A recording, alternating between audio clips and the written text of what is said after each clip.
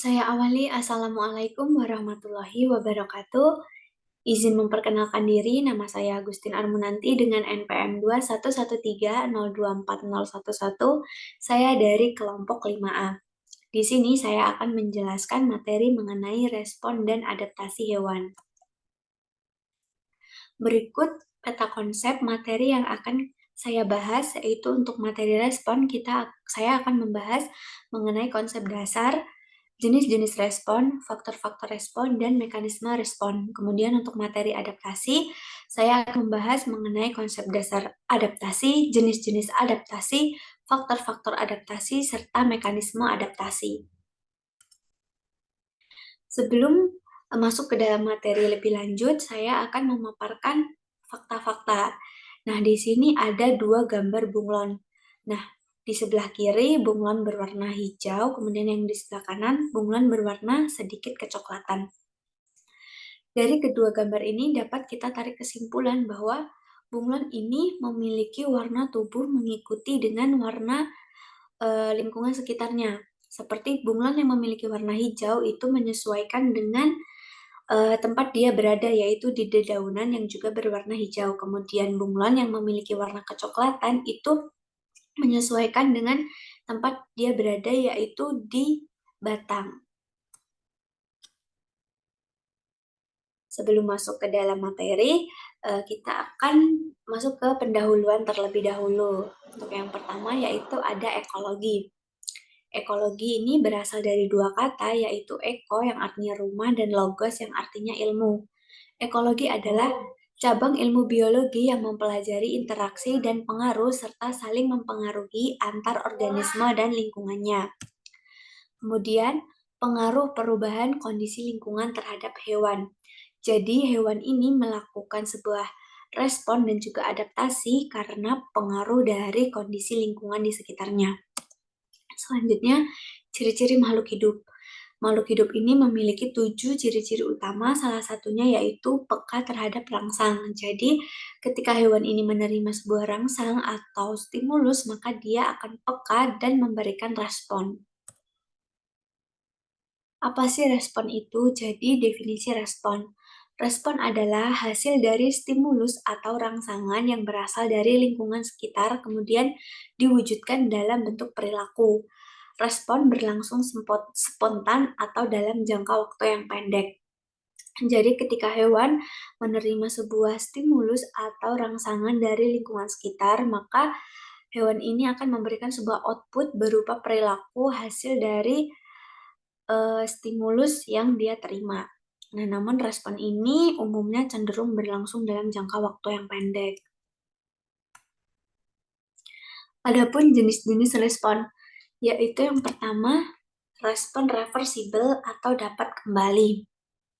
Respon reversibel ini adalah jenis respon yang dapat kembali ke keadaan semula setelah menerima rangsangan atau kondisi tertentu dihilangkan. Contoh dari respon reversibel ini adalah perubahan pupil mata terhadap intensitas cahaya. Pupil ini berfungsi untuk mengatur banyaknya intensitas cahaya yang masuk ke dalam mata. Pupil mata akan membesar jika intensitas cahaya yang masuk sedikit atau semakin redup.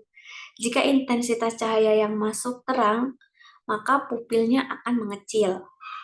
Kemudian yang kedua, ada respon irreversibel atau tidak dapat kembali.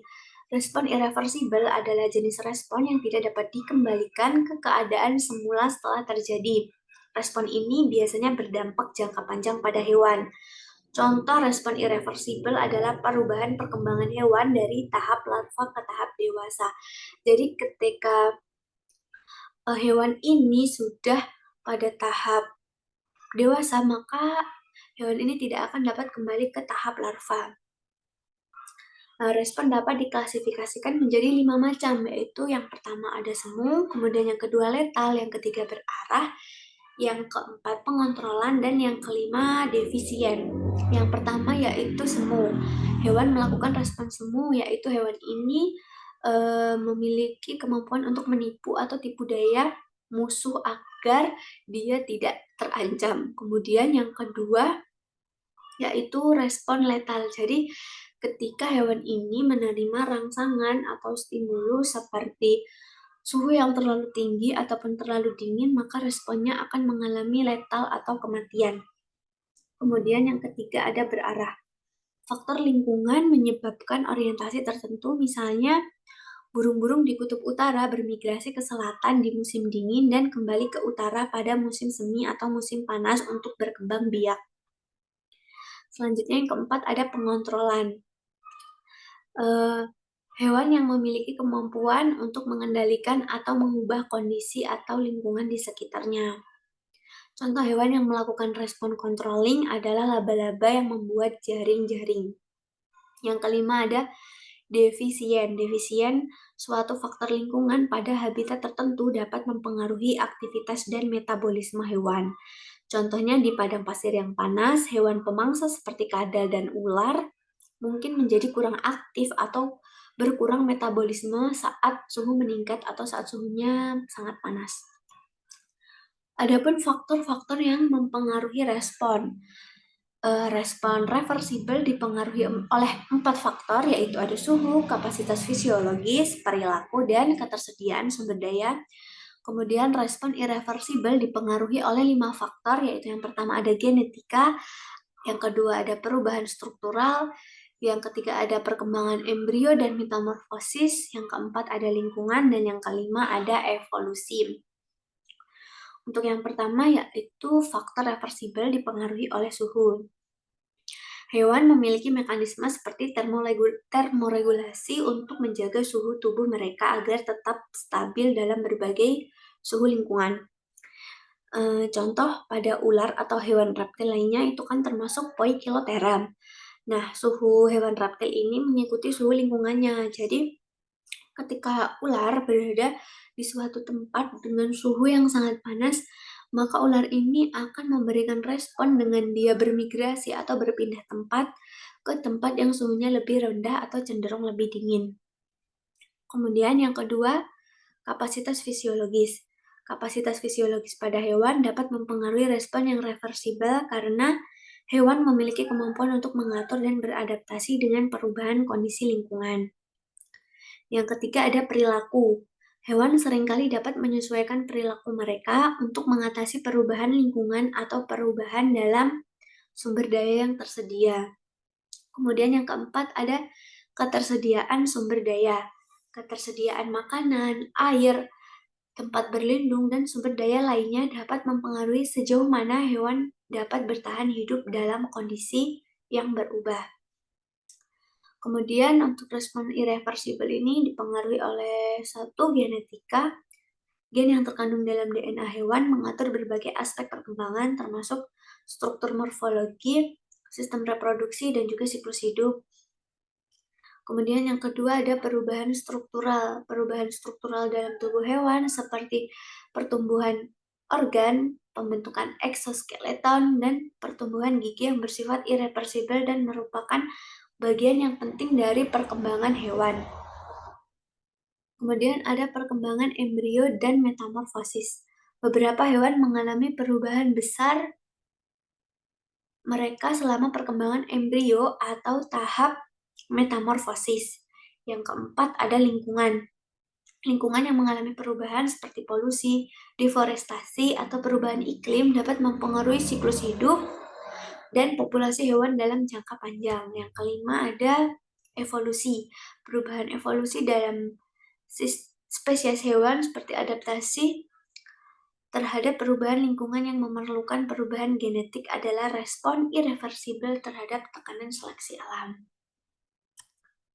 Next yaitu mekanisme respon. Jadi, ketika hewan menerima sebuah rangsangan dari luar seperti cahaya, suhu, maka akan diterima oleh reseptor. Nah, reseptornya ini biasanya berupa alat indera seperti kulit, mata. Nah, ketika sudah diterima oleh alat indera, maka akan direspon oleh saraf sensorik yang ada pada alat indera tersebut. Nah, kemudian rangsangan atau stimulus itu akan dibawa ke sistem saraf pusat. Sistem saraf pusat ini terdiri dari otak dan tulang belakang. Di sistem saraf pusat ini, informasi yang diterima akan diproses dan diterjemahkan. Setelah diterjemahkan, maka akan diteruskan ke saraf motorik.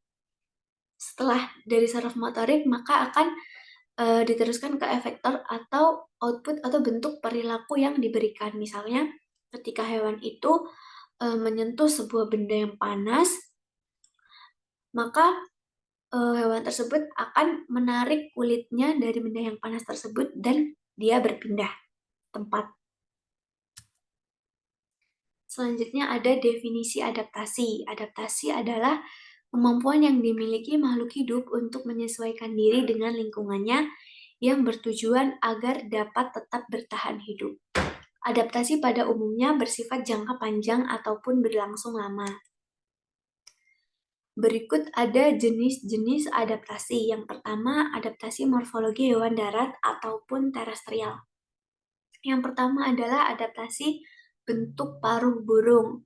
Contoh hewannya itu ada itik. Jenis makanannya berupa ikan dan cacing. Paruhnya seperti sudu dan pangkal yang bergerigi berguna untuk menyaring makanan dari air dan lumpur. Kemudian hewan elang. Jenis makanannya berupa ular, ayam, dan kelinci, memiliki bentuk paruh yang tajam, kuat, runcing, dan sedikit membengkok untuk mengoyak makanan yang berupa daging. Kemudian ada hewan burung pipit dan juga ayam yang memiliki jenis makanan berupa biji-bijian, memiliki bentuk paruh pendek, tebal, dan runcing untuk memecah biji-bijian seperti padi. Selanjutnya ada hewan pelatuk. Jenis makanannya berupa serangga, paruhnya memiliki bentuk runcing agak panjang untuk memahat kayu pohon dan menangkap serangga yang ada di dalam kayu pohon tersebut.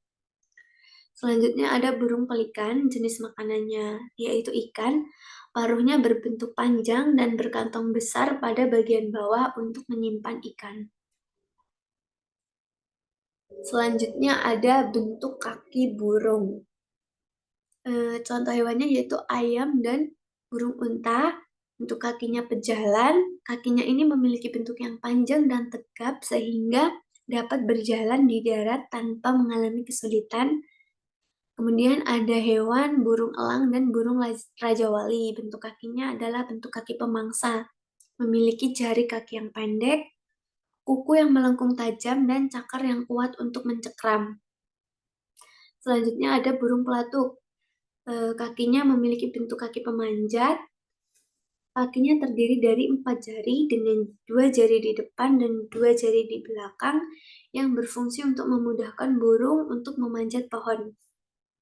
Selanjutnya ada hewan bebek dan angsa. Kakinya merupakan kaki perenang. Bentuknya di antara jari kakinya terdapat selaput yang membantu untuk berenang di air. Kemudian ada burung kutilang dan burung kenari. Bentuk kakinya itu kaki petengger. Jari kakinya ini merupakan jari kaki yang panjang dengan telapak yang datar sehingga dapat bertengger di ranting-ranting pohon. Selanjutnya ada adaptasi morfologi hewan air atau hewan akuatik, yaitu yang pertama hewan akuatik laut dalam. Contohnya ada anglerfish. Dia memiliki bohlam yang bercahaya menggantung di atas kepalanya. Fungsi dari bohlam di atas kepalanya ini untuk penerangan dan memikat mangsa. Dikarenakan dia berada di laut dalam, otomatis cahaya yang masuk itu kan hanya sedikit, sehingga dia memiliki bentuk adaptasi bohlam yang bercahaya di atas kepalanya. Selanjutnya ada bentuk adaptasi hewan laut dangkal, contohnya yaitu ada bintang laut. Dia memiliki kaki tabung yang berfungsi untuk bergerak di dasar laut dangkal yang menempel pada substrat dan berfungsi untuk menangkap makanan. Selanjutnya ada adaptasi fisiologi hewan darat atau terestrial. Pertama yaitu berdasarkan jenis makanannya. Contoh hewannya yaitu cacing kapal, jenis makanan berupa kayu. Adaptasinya berupa memiliki enzim selulus untuk mencerna makanan yang berupa kayu kapal di pelabuhan atau tiang-tiang kayu di dermaga. Selanjutnya ada hewan subordo ruminansia. Di sini contohnya ada sapi. Jenis makanannya adalah tumbuhan. Bentuk adaptasinya memiliki enzim selulose untuk membantu mencerna makanan. Hewan subordo Ruminansia ini memiliki 4 lambung, yaitu ada lambung rumen, retikulum, omasum, dan abomasum. Rumen merupakan tempat pertama yang dimasuki hasil kunyahan sapi atau bolus. Retikulum adalah tempat prokariota dan protista mutualistik bekerja mengolah makanan yang kaya selulus. Sapi mengunyah kembali atau memamah atau memecah serat sehingga makanan mudah untuk diolah. Omasum adalah tempat hasil memamah sapi kembali tanpa air. Abomasum adalah tempat memamah yang banyak sekali mikroorganisme di lambung ini dicerna oleh enzim bilik sapi itu sendiri. Selanjutnya ada hewan ordo Lagomorpha, contohnya yaitu kelinci. Bentuk adaptasinya memiliki lambung sekum yang panjang yang berfungsi untuk memfermentasi serat selulosa karena kelinci ini makanannya berupa tumbuhan. Jadi kelinci ini makanannya kan berupa tumbuhan. Nah, tapi dia tidak memiliki rumen sehingga bentuk adaptasinya itu yaitu memiliki lambung sekum yang panjang. Jadi di lambung sekum inilah tumbuhan ini difermentasi untuk memudahkan pencernaan. Selanjutnya ada hewan ular. Makanannya adalah hewan yang ukurannya lebih kecil dari tubuh pemangsa atau ukurannya ini lebih kecil daripada ular. Ular ini memiliki rahang bagian atas dan bawah yang dapat dibuka lebar sehingga dapat menelan mangsanya yang lebih besar dari tubuh ular. Kemudian ada hewan kalajengking, jenis makanannya berupa serangga. Bentuk adaptasinya memiliki bisa racun yang terdapat pada ujung ekornya untuk melumpuhkan mangsa ataupun musuhnya. Selanjutnya habitat. Yang pertama habitat di gurun. Contohnya adalah unta. Unta ini memiliki punuk yang menonjol yang berfungsi sebagai tempat penyimpanan air. Kemudian unta memiliki ginjal dengan adaptasi lengkung Henle yang panjang.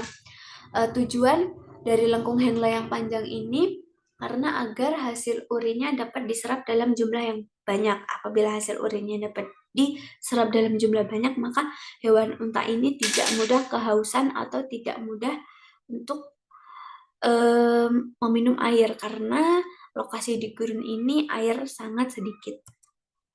Selanjutnya hewan yang ada di kutub, contohnya ada beruang kutub. Dia memiliki lapisan bulu dan lemak yang tebal untuk menghangatkan tubuh. Selanjutnya, adaptasi fisiologi hewan air atau akuatik. Adaptasi fisiologi hewan di air merupakan bentuk penyesuaian diri hewan terhadap kondisi air. Ikan-ikan akan melakukan osmosis sesuai dengan kondisi air tempat mereka hidup. Ikan termasuk hewan ektoterm atau poikiloterm. Nah, di sini dapat dilihat bagaimana proses osmoregulasi pada ikan. Jadi ikan ini mengalami hewan ikan air tawar dengan ikan air asin ini memiliki osmoregulasi yang berbeda dalam pengeluaran jumlah ion garam ataupun pengeluaran air karena pada dasarnya ikan air asin ini kan air di sekitarnya itu kan asin, jadi dia itu lebih cenderung sedikit meminum air karena air asin ini bersifat dehidrasi. Kemudian urin yang dikeluarkannya juga lebih pekat. Selanjutnya ada jenis-jenis adaptasi. Adaptasi tingkah laku hewan darat. Yang pertama ada bunglon. Bentuk adaptasinya menghindari bahaya yang mengancam dengan melakukan mimikri, yaitu menyesuaikan warna kulit dengan warna tempat di mana ia berpijak. Selain itu, mimikri juga digunakan untuk menyamar ketika bunglon mencari makan. Yang kedua ada zebra.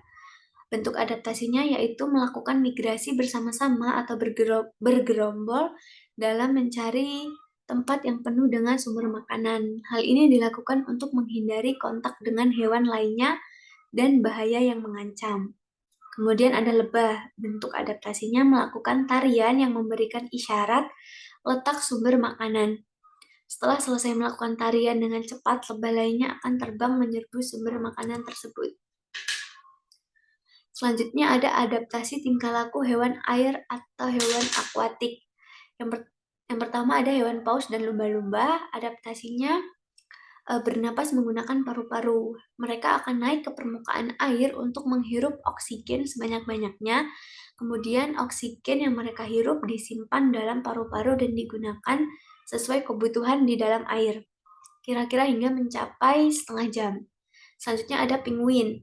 Penguin ini sering berkumpul bersama-sama, saling mendekatkan tubuh antara satu dengan yang lainnya untuk menghangatkan tubuh. Selain itu, mereka juga saling memberi perlindungan dari bahaya hewan yang lainnya. Kemudian ada penyu. Bentuk adaptasi penyu yaitu memiliki cangkang yang keras, tubuhnya yang selalu dibawa kemanapun saat berhadapan dengan bahaya, mereka akan langsung menenggelamkan atau memasukkan kepala dan kakinya ke dalam cangkang tersebut.